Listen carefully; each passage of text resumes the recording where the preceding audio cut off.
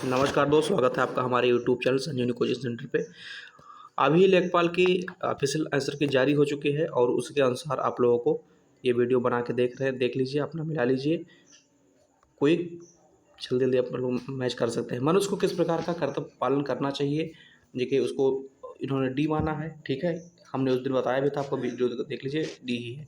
दूसरा वाला क्या है, असफलता को इन्होंने माना है। तीसरे वाले का है अनुभव की संपत्ति। ठीक है, और उसके आगे आपका अगला प्रश्न को चौथे नंबर पे है, कैसे व्यक्तियों का जीवन धीरे धीरे बोझ बन जाता है। तो ठीक है, जो असफल होने पे प्रयास नहीं करते। जीवन की सार्थकता किसमें है, कर्तव्य मार्ग पर चलने के आनंद में। देखो मैंने बताया था वही सब चीज़ें हैं, और कुछ चेंज हुआ होगा तो अभी आपको सामने दिखाई पड़ेगा। आनंद शब्द का उचित पर्यायवाची शब्द बताइए। मोद हर्ष है, द्वंद्व समास है। ठीक है, इसमें वीर अंगना है। तो और आगे देखेंगे, कब्र में पैर लटकने का सही अर्थ क्या है, मृत्यु के समीप होना।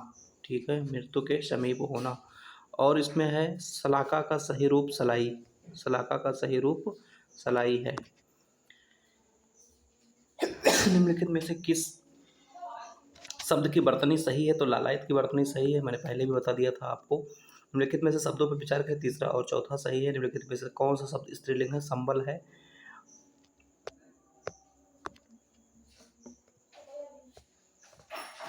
किस विकल्प में सही विलोम युग्म है। सही विलोम एक कृपण व दाता में है। जीवन पति का मतलब है पति या स्वामी, बहुत लोग यमराज बता रहे थे, लेकिन मैंने पति या स्वामी बताया था आप लोगों को। देखिए ठीक है, आयोग ने माना है पति या स्वामी।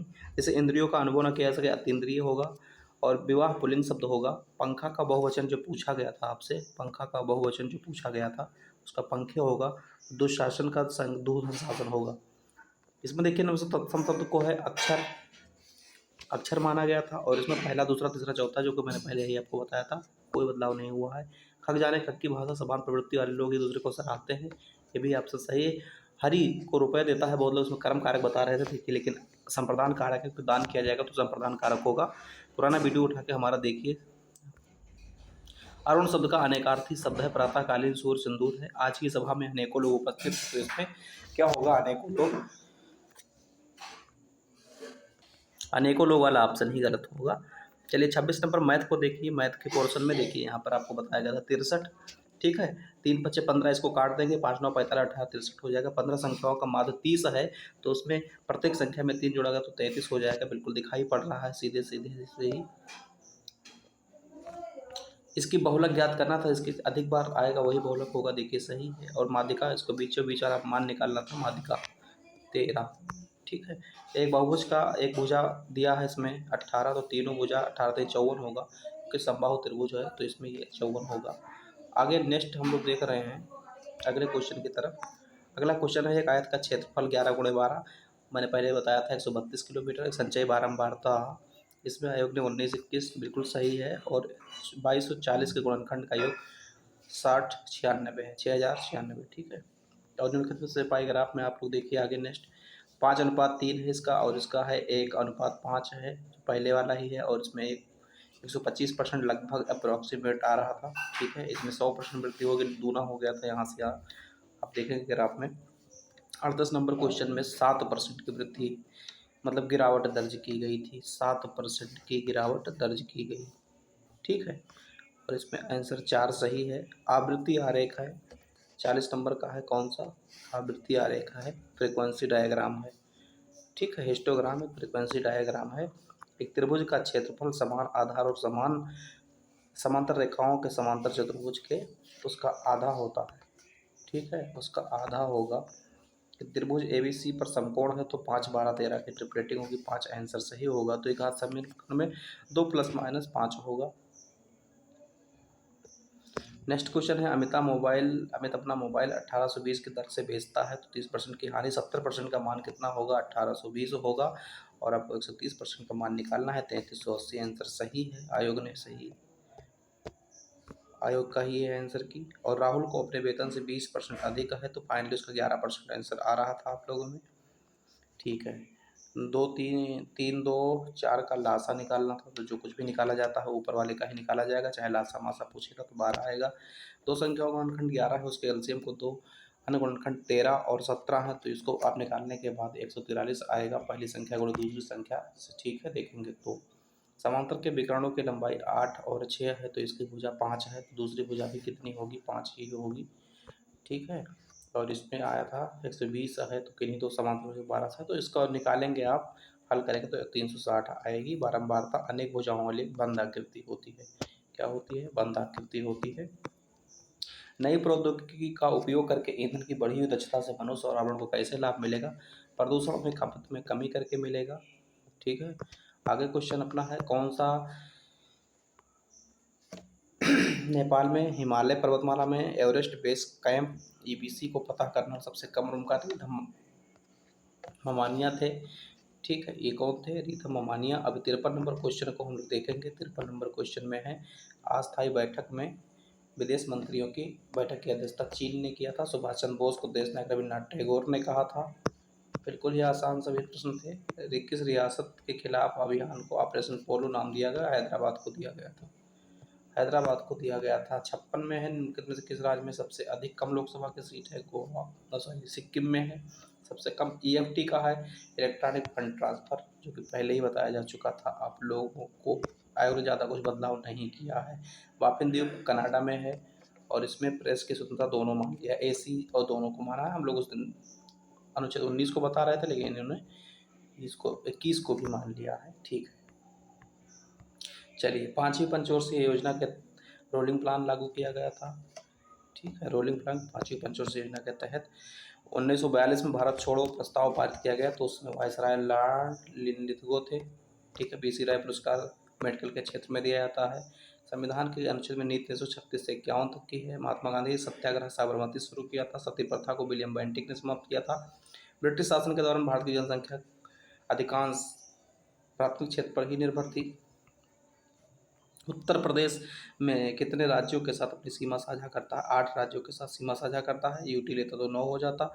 उत्तर प्रदेश की अर्थव्यवस्था पर आधारित है, कृषि पर आधारित है।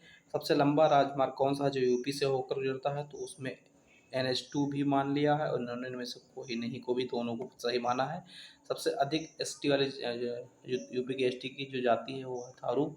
अब हम लोग देख रहे हैं इनके कौन जलडमरू मध्य भूमध्य सागर और अटलांटिक को, तो जिब्राल्टर के जलडमरू मध्य अलग करते हैं।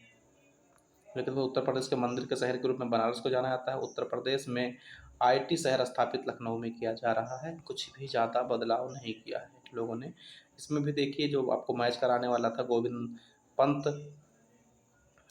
कहाँ पर था, तो रिहन नदी पर था, वही मैच करवाएं। परीक्षा आपका बेतवा नदी पर है, और ठीक है, जामनी बांध जामनी नदी पर है, तो ये ABCD पहला वाला ऑप्शन सही है। कंप्यूटर वायरस का कैसे पता लगाएंगे, तो ईमेल अटैचमेंट खोल करके। निम्नलिखित में से भारत में ग्रामीण संपर्क विकास के लिए जिम्मेदार है, PMGSY। निम्नलिखित में से कौन योजना उद्देश्य पूरे देश में स्व सहायता मॉडल को सशक्त बनाया था, तो राष्ट्रीय ग्रामीण आजीविका मिशन NRLM के तहत। ठीक है, अगला क्वेश्चन आप लोग देखिए, 78 नंबर क्वेश्चन है, निम्नलिखित में से कौन सी योजना के तहत किसी ग्रामीण परिवार के वयस्क को वित्तीय वर्ष में 100 दिन के रोजगार गारंटी है, तो मनरेगा होना चाहिए, लेकिन नहीं है, तो ग्रामीण रोजगार गारंटी योजना ही सही है। भारत की निम्नलिखित में से कौन सी योजना विधवा बुजुर्ग विकलांग को पेंशन के रूप में देता है, तो NSAP है। ठीक है, कोई बदलाव नहीं हुआ है। निम्नलिखित में से किस योजना का उद्देश्य भारत में ग्रामीण गरीबों को आवास प्रदान करना था, तो प्रधानमंत्री ग्रामीण आवास था। भारत सरकार के निम्नलिखित में से कौन सी योजना ग्रामीण क्षेत्रों से शहरी क्षेत्रों के युवाओं को प्रवास से रोकती है, तो यह योजना पूरा है। ठीक है, PURA योजना का नाम है। और पंचायती राज प्रशिक्षण संस्था उत्तर प्रदेश में किस स्थान पर स्थापित है, तो लखनऊ में स्थापित है। 83 नंबर क्वेश्चन, उत्तर प्रदेश में द्वारा की गई ई स्वास्थ्य पहल, तो HMIS है, उस दिन बताया था। निम्नलिखित में से भारत सरकार की किस योजना का मुख्य उद्देश्य बालिकाओं के प्रति उत्तरजीविता को बेटी बचाओ बेटी पढ़ाओ हरियाणा शुरू किया गया था। UPRRDA यूपी ग्रामीण सड़क विकास एजेंसी 2003 से शुरू हुई थी। देखिए, बिल्कुल बदलाव नहीं किया गया है। स्वच्छ भारत ग्रामीण मिशन चरण 2 2020 में शुरू हुआ। निम्नलिखित में से किस संस्थान द्वारा मिशन भूमि संसाधन स्वास्थ्य उत्पादकता को सही तरीके से संरक्षित करना था, तो उत्तर प्रदेश भूमि सुधार निगम के तहत किया गया था। भूमि सुधार निगम के तहत FFS का पूरा फॉर्म क्या है, तो फार्मर फील्ड स्कूल था। केंद्र सरकार की योजना निम्नलिखित में से कौन सी योजना धुआं मुक्त ग्रामीण की परिकल्पना करती है, तो प्रधानमंत्री उज्ज्वला योजना। ग्रामीण क्षेत्रों में बुनियादी ढांचे को मजबूत करने के लिए 2021 में कौन सी योजना शुरू की गई, तो यूपी मातृभूमि योजना था। इसमें भी कोई बदलाव नहीं, लेकिन इसमें कौन सी योजना दुर्व्यापार, व्यवसायिक एवं शोषण के पीड़ितों के दुर्व्यापार की रोकथाम, बचाव, पुनर्वास और एकीकरण के लिए जिम्मेदार है, तो वो उज्ज्वला योजना है। ठीक है, तो ये आपका 100 क्वेश्चन पूरा, नहीं अभी और क्वेश्चन, ठीक है। 92 क्वेश्चन में देखिए, निम्नलिखित में कौन सी योजना हमारे देश की पारंपरिक कला शिल्प उस्ताद योजना है। ठीक है, निम्नलिखित में से कौन सी योजना गैर कृषि गतिविधियों, महिलाओं के उद्यमशीलता, कौशल विकास से संबंधित सशक्तिकरण का प्रावधान करती है, तो ट्रेड योजना है ये। और इसमें अभी 94 क्वेश्चन को देखने में कौन सा मंत्रालय नोडल विभाग आजीविका राष्ट्रीय मिशन को संभालता है, तो ग्रामीण विकास मंत्रालय इनको संभालते हैं। ठीक है, और इसमें से है सौर फोटोवोल्टिक पंप योजना के तहत सीमांत किसान केंद्र की सब्सिडी के अलावा 1800 वाट 2 HP सरफेस सोलर पंप के लिए कितने अनुदान के पात्र हैं, तो 45% है। कन्या विद्याधर योजना के तहत आर्थिक रूप से कमजोर लड़की परिवारों को हाई स्कूल पास करने के लिए 30,000 रुपये दी जाती है। स्वच्छ भारत मिशन को 97 क्वेश्चन है, कौन मंत्रालय नोडल विभाग द्वारा नियंत्रित किया था, तो पेयजल स्वच्छता मंत्रालय है। इसमें भी कोई खास चेंजिंग नहीं हुआ है। निम्नलिखित में से कौन सा कार्यक्रम सार्वजनिक संस्थानों में परसों के लिए आने वाली गर्भवती महिलाओं को मुफ्त में आने जाने के लिए परिवहन मुक्त दवाएं, मुक्त निदान, मुक्त रक्त और मुक्त आहार प्रदान करता है, तो जननी शिशु सुरक्षा कार्यक्रम है। 99 क्वेश्चन, निम्नलिखित में से किस मंत्रालय या नोडल विभाग के केंद्र में एकीकृत बाल विकास योजना के कार्यान्वयन की प्राथमिक जिम्मेदारी है, तो महिला एवं बाल विकास मंत्रालय। और अगला है, अंतिम सवाल है, किस योजना पंचायत राज मंत्रालय गांव की आबादी के सर्वेक्षण और ग्राम क्षेत्रों में उन्नत प्रौद्योगिकी के साथ मानचित्रण के लिए है, तो उसका नाम है स्वामित्व योजना। तो ये था आज आपकी सरकारी रिजल्ट, जो सरकारी आपका ऑफिशियल आया है वो आंसर की है। ठीक है, तो अब हम लोग बातचीत करेंगे अगली वीडियो में, तब तक के लिए आज के लिए इतना ही।